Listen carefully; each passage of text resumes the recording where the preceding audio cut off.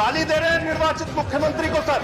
यही संस्कार सिखाते हैं आप लोग। आरएसएस की शाखा में यही संस्कार सिखाया जाता है। 3 बार के लोकप्रिय मुख्यमंत्री को गाली दी जा रही है सर। इनका प्रदेश अध्यक्ष गाली दे रहा है। धन्यवाद मान्यवर, आपने फाइनेंस बिल पे मुझे अपनी बात कहने का मौका दिया। मान्यवर, मैं अवध के क्षेत्र से आता हूं, सुल्तानपुर से, उत्तर प्रदेश के, और वहां के अवधि के एक बड़े अच्छे कवि हुए रफीक सादानी साहब। उन्होंने अवधि में एक लाइन लिखी कि जब जब चुनाव आवत है, भात मांगा पुलाव आवत है। भारतीय जनता पार्टी की हालत यही है मान्यवर। इनकी सरकार, चुनाव आ जाए तो पेट्रोल का दाम कम, डीजल का दाम कम, गैस का दाम कम, सीएनजी का दाम कम, पीएनजी का दाम कम, सारी चीजों में महंगाई कम।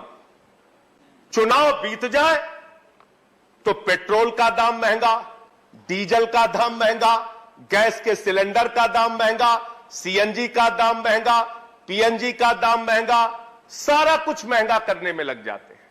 इसका मतलब महंगाई से कोई आपका गोपनीय समझौता है मान्यवर, कोई गोपनीय समझौता है। जब चुनाव आता है आप कहते हैं थोड़ा दूर हो जाओ, जैसे ही चुनाव खत्म होता है कहते हैं आओ हम तुम्हें बढ़ा रहे हैं, आओ तुम्हें बढ़ा रहे हैं। इस गोपनीय रिश्ते का खुलासा कीजिए। आप लोग ये जो झूठे तर्क देते हैं देश के सामने कि भाई इस समय तो युद्ध की स्थिति है, इस समय तो अंतर्राष्ट्रीय बाजार में कच्चे तेल का दाम बढ़ रहा है, अंतर्राष्ट्रीय बाजार में कच्चे तेल का दाम पिछले 7 वर्षों में कब कब बढ़ा और कब कब घटा, और उसके मुताबिक कब कब आपने हिंदुस्तान में डीजल और पेट्रोल का दाम घटाया और बढ़ाया, इसका तथ्य अगर आप सामने रखेंगे तो पूरे देश के सामने आपका चेहरा काला हो जाएगा कि कितना बड़ा झूठ आप इस देश की जनता से बोलते हैं। महंगाई आपको बढ़ाना होता है, उसके लिए 1000 तर्क आपके पास मौजूद है। दूसरी बात, अभी तो शुरू हुआ, फिर से बोलना शुरू कर देते हैं लोग। इनको महंगाई बढ़ाना है, सुनना कुछ नहीं है। दूसरी बात मान्यवर, जब कोरोना की महामारी आई, पूरे देश में बेरोजगारी बढ़ी, हमारे प्रधानमंत्री जी ने सीना ठोक के कहा हमने मनरेगा के जरिए रोजगार दिया। उत्तर प्रदेश की सरकार ने कहा हमने मनरेगा के जरिए रोजगार दिया। भारतीय जनता पार्टी की तमाम राज्य सरकारों ने कहा हमने मनरेगा के जरिए रोजगार दिया। और जैसे ही कोरोना खत्म हो गया, लोगों को रोजगार की अभी आवश्यकता है, आपने मनरेगा का बजट घटा के 98,000 करोड़ से घटा के 73,000 करोड़ कर दिया। उसमें भी 18,000 करोड़ रुपए पुराना बकाया देना है। 54,000 करोड़ रुपए आपने मनरेगा का बजट कर दिया। मनरेगा का बजट आप घटा रहे हैं, और मनरेगा में आपकी स्थिति क्या है? यह आपका दिया हुआ जवाब है, मेरा जवाब नहीं है सर। 100 दिन के रोजगार की गारंटी है। आंध्र प्रदेश में औसत 30 दिन, अरुणाचल में 47 दिन, आसाम में 22 दिन, बिहार में 36 दिन, छत्तीसगढ़ में 29 दिन, गोवा में 19 दिन, ऐसे ऐसे करके मध्य प्रदेश में 31 दिन। साल में मात्र 31 दिन, 30 दिन, 20 दिन आप रोजगार दे पा रहे हैं मनरेगा के जरिए, जिसका आप पूरे हिंदुस्तान में ढिंढोरा पीटते हैं कि हमने मनरेगा के जरिए बहुत रोजगार देने का काम किया। इसके साथ साथ नौजवान बेरोजगारों की अगर हम बात करें मान्यवर, हर क्षेत्र में ठेका प्रथा इन्होंने लागू कर दी।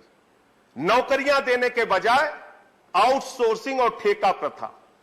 और यह ठेका प्रथा एकमात्र कमीशन खोरी और भ्रष्टाचार का जरिया है।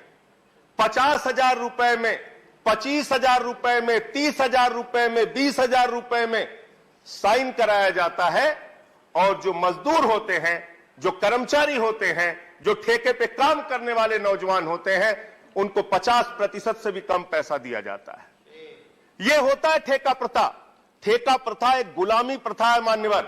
इसलिए जो ठेका प्रथा पे लगे हुए लोग हैं उनको रेगुलराइज कीजिए, और इस ठेका प्रथा के जरिए हिंदुस्तान के तमाम सरकारी डिपार्टमेंट्स के अंदर जहां दलितों के लिए आरक्षण है, जहां पिछड़ों के लिए आरक्षण है, हमेशा से आपकी दलित और पिछड़ा विरोधी जो मानसिकता है, उसके कारण से आप इस ठेका प्रथा को बढ़ावा दे रहे हैं। इससे आदिवासियों का, दलितों का, पिछड़ों का आरक्षण धीरे धीरे करके सारे विभागों में आप खत्म करते जा रहे हैं। दूसरी बात मान्यवर, काला धन की बात अगर हम कर लें, आप ढिंडोरा पीटते थे 300 लाख करोड़ काला धन आएगा, 50 लाख करोड़ काला धन आएगा। आपके राज में काला धन आना तो दूर की बात है, काला धन बढ़ गया। काला धन बढ़ता जा रहा है आपके राज में। कौन कौन से लोग हैं उसका भी खुलासा कीजिए। किसका काला धन है जो बढ़ा है? बीजेपी के नेताओं का है कि उद्योगपतियों का है कि अधिकारियों का है कि कर्मचारियों का है? किसका काला धन है? कहां से काला धन बढ़ गया? इसका खुलासा कीजिए। काला धन के नाम पर आपने इस देश की जनता को गुमराह किया। लोग आज भी मान्यवर 15 लाख की राह लगाए हुए कि उनके खाते में 15 लाख आएगा, उनके खाते में 15 लाख आएगा। 15 लाख छोड़ दीजिए, 2 करोड़ रोजगार की बात आपने कही, रोजगार आप खत्म करते जाते हैं। रेलवे की भर्ती का जिक्र मैंने किया था मान्यवर, दौड़ा दौड़ा के आप नौजवानों को पीटते हैं, FIR कराते हैं, मुकदमे कराते हैं, रोजगार उनको देते नहीं। NPA का जिक्र अभी विनय विश्वम जी कर रहे थे। 10.5 लाख करोड़ रुपए का NPA चंद पूंजीपतियों का है मान्यवर, और 10.5 लाख करोड़ रुपए के NPA में आपके बड़े बड़े पूंजीपति उद्योगपति जो आपके मित्रों हैं, जिनको हमारे आदरणीय प्रधानमंत्री जी कहते हैं मेहुल भाई, वो मेहुल भाई 20,000 करोड़ रुपए लेके हिंदुस्तान से भाग जाते हैं। 2900 करोड़ रुपए ललित मोदी लेके भाग जाते हैं। 6,000 करोड़ रुपए नितिन संदेशरा लेके भाग जाते हैं। नीरव मोदी हिंदुस्तान से हजारों करोड़ लूट के भाग जाते हैं। तो मैंने तो इस प्रस्ताव दिया था, और आज इस सदन में आपके माध्यम से मान्यवर मैं कह रहा हूं कि 50 करोड़ से ज्यादा जिस भी उद्योगपति या पूंजीपति का बकाया हो, उसका पासपोर्ट जब्त कर लीजिए। वो हिंदुस्तान छोड़कर भागने नहीं पाएगा। अगर वो हिंदुस्तान छोड़कर भाग रहा है तो इसका मतलब लूट में कहीं ना कहीं हिस्सेदारी है। उसको भगाने का काम आप करते हैं, उसको भगाने का काम करते हैं। एक गरीब आदमी मान्यवर 10,000 रुपए का अगर कर्जा ले ले तो उसका कॉलर पकड़ के आप हवालात में बंद कर देते हैं। एक किसान अगर 20,000 का कर्जा ले ले, उसका कॉलर पकड़ के आप उसको जेल में बंद कर देते हैं। लेकिन 20-20 हजार करोड़ रुपए, 10-10 हजार करोड़ रुपए विजय माल्या लेके भाग गया, आज तक वो हिंदुस्तान नहीं आ पा रहा है। तो ये पूंजीपतियों के साथ लूट और लूट के बाद उनको भगाने का जो धंधा चल रहा है, इसको रोकने का एकमात्र तरीका है 50 करोड़ से ज्यादा जो भी कर्जदार हैं उनके पासपोर्ट आप जब्त करने का काम कीजिए।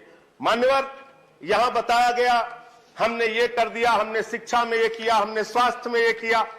130 करोड़ की आबादी वाले मुल्क का शिक्षा का बजट मात्र 2%, 130 करोड़ आबादी वाले मुल्क का स्वास्थ्य का बजट मात्र 2.3%। अभी एक खबर आई है मान्यवर, 1 अप्रैल से 800 दवाओं का दाम आप बढ़ाने जा रहे हैं। 800 दवाओं का 10.5%, 10.7% 800 दवाओं का दाम आप बढ़ाने जा रहे हैं। और उसमें तमाम दर्द की दवा है, पैरासिटामॉल जैसी दवा है।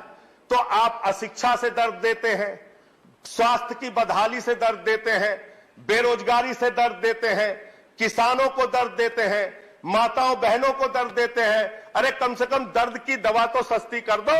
दर्द की दवा भी महंगी करते जा रहे हो, दर्द भी देते हो, दर्द की दवा भी महंगी करते जा रहे हो। तो मान्यवर, मैं तो इनसे यह कहना चाहता हूं कि आपने नारा दिया है सबका साथ सबका विकास, तो सबका साथ लीजिए। अरविंद केजरीवाल ने अभी दिल्ली का बजट पेश किया।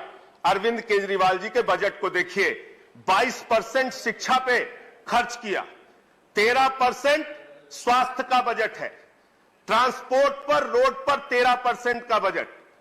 दिल्ली की सरकार मान्यवर जब आई थी तो 30,000 करोड़ का बजट था, आज 75,000 करोड़ का बजट दिल्ली की सरकार ने पेश किया। 2.5 गुना बजट बढ़ाने का काम किया। एक ईमानदार सरकार चला के दिखाई। अरविंद केजरीवाल जी को गाली गलौज करना छोड़ दो, इनकम टैक्स अफसर है, बुला के बैठा लिया करो, साथ में कुछ सिखा देंगे बजट कैसे बनता है, शिक्षा पे, स्वास्थ्य पे, बिजली पे, पानी पे। और बिजली पे मान्यवर, जिस पे सबसे ज्यादा हल्ला मचाते हैं लोग कि अरे दिल्ली वाले तो फ्री बिजली पा रहे हैं, फ्री बिजली पा रहे हैं, फ्री बिजली पा रहे हैं। बिजली का बजट मालूम है आपको? मात्र 4%, मात्र 4% बजट में दिल्ली की जनता को हम लोग 300 यूनिट बिजली फ्री देने का काम करते हैं। सीखो कुछ अरविंद केजरीवाल से, सीख लो आप लोग। और आप लोग क्या करते हो? फिल्म के पोस्टर पे राजनीति कर रहे हो, फिल्म के पोस्टर पे राजनीति कर रहे हो। मैं तो मान्यवर आपके जरिए इनसे मांग करना चाहता हूं कश्मीरी पंडितों के दर्द पर मजाक करना और राजनीतिक ड्रामा करना बंद कीजिए और इस बजट में प्रावधान कीजिए कि कश्मीरी पंडितों के पुनर्वास के लिए कम से कम 20,000 करोड़ रुपए आपकी सरकार खर्च करेगी। प्रावधान कीजिए। और मैंने तो प्रस्ताव रखा था, सारे सांसद अपने 1 साल की निधि कश्मीरी पंडितों के पुनर्वास के लिए लगाएं। आप राजनीति कर रहे हैं और यहां विनय सहस्त्र बुद्धे साहब बैठे हुए हैं। आपकी भाषा सुनता हूं, मैं बड़ा प्रभावित होता हूं सर आपसे। आपकी भाषा सुन के मैं बड़ा प्रभावित होता हूं। आदरणीय शुक्ला जी बैठे हैं। अरे थोड़ा ये भाषा, ऐसे बोलने की भाषा अपने नेताओं को सिखाइए। खत्म कर रहा हूं सर। हो गया। इनके प्रदेश अध्यक्ष भारतीय जनता पार्टी ऐसे नहीं, यही संस्कार सीखते हैं आप लोग। वो गाली दे रहे हैं निर्वाचित मुख्यमंत्री को सर, निर्वाचित मुख्यमंत्री को गाली दे रहे हैं। यही संस्कार सिखाते हैं आप लोग। आरएसएस की शाखा में यही संस्कार सिखाया जाता है। 3 बार के लोकप्रिय मुख्यमंत्री को गाली दी जा रही है सर। इनका प्रदेश अध्यक्ष गाली दे रहा है। तो मैं इसलिए कह रहा हूं मान्यवर, मैं इसलिए कह रहा हूं, ये गाली गलौज करने वाले लोग हैं, ये नफरत और झगड़ा फैलाने वाले लोग हैं, ये देश को बांटने वाले लोग हैं। आज भारत हंगर इंडेक्स में 101 स्थान पे पहुंच गया। भूख के मामले में 101 स्थान पे आपने भारत को पहुंचा दिया। खत्म कर रहा हूं सर, खत्म कर रहा हूं। और हैप्पीनेस के इंडेक्स में 136 नंबर पे भारत को आपने पहुंचा दिया। किसी को खुश नहीं रखते आप। सारा वर्ग दुखी आपसे, किसान दुखी, नौजवान दुखी, माताएं बहनें दुखी, व्यापारी दुखी, पूरे हिंदुस्तान को आपने दुखी कर रखा है। क्योंकि आपकी सरकार गरीबों की सरकार नहीं है, नौजवानों की सरकार नहीं है, पूंजीपतियों की सरकार है। कॉर्पोरेट टैक्स आप खत्म करते, कम करते हो, 25% से घटाते 22%, कर्मचारियों का टैक्स कम नहीं करते। आप उनको राहत नहीं देते। श्री सपन दास गुप्ता जी, आप पूंजीपतियों की सरकार चला रहे हो, पूंजीपतियों की गुलामी कर रहे हो। Please start, please start.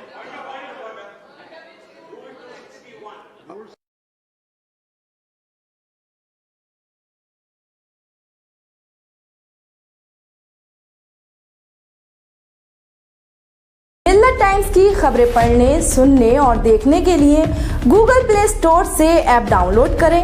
यहां आप उंगली की क्लिक में पढ़ सकते हैं 4 ज़बानों में न्यूज़, उर्दू, हिंदी, अंग्रेजी, बंगला। आप ऐप पर मिल्लत टाइम्स की वीडियोस भी देख सकते हैं।